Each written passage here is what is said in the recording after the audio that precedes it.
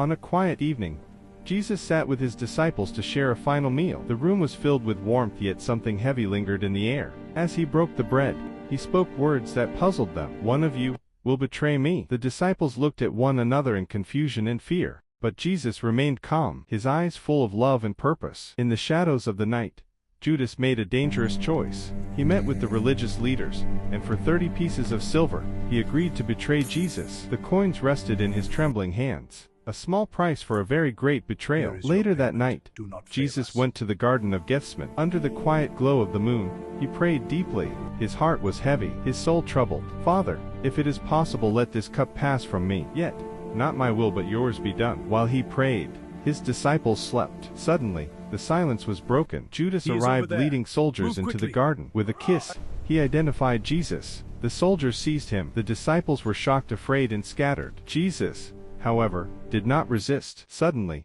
the silence was broken. He was then brought before the Roman governor, Pontius Pilate. Pilate questioned him, searching for truth but found no fault in him. Still, the crowd grew louder. "Crucify him! Crucify him!" they cried, and under pressure, Pilate gave in. Jesus was beaten and mocked by soldiers. They placed a crown of thorns on his head and laughed at him. Then he was forced to carry a heavy cross through the streets, every step filled with pain, yet he continued. At a place called Golgotha, Jesus was nailed to the cross. The sky grew dark and sorrow filled the land.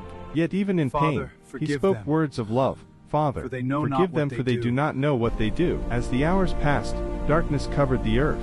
Then Jesus cried out and gave up his spirit. At that moment, the temple curtain was torn into a sign that the way to God was now open. His body was carefully taken down and placed in a tomb. Loved ones wept quietly, their hearts broken. A large stone was rolled across the entrance, and hope seemed lost. But on the third day everything changed. At sunrise, the tomb was empty. The stone had been rolled away. An angel appeared and said, "He is..." "Do not be afraid. He is not here. He has risen, just as he said." The tomb is empty! The tomb is empty! He's Hardly gone! believed Could it be their true? eyes. Their sorrow was gone, replaced with hope. Jesus smiled and reassured them that he had conquered death forever.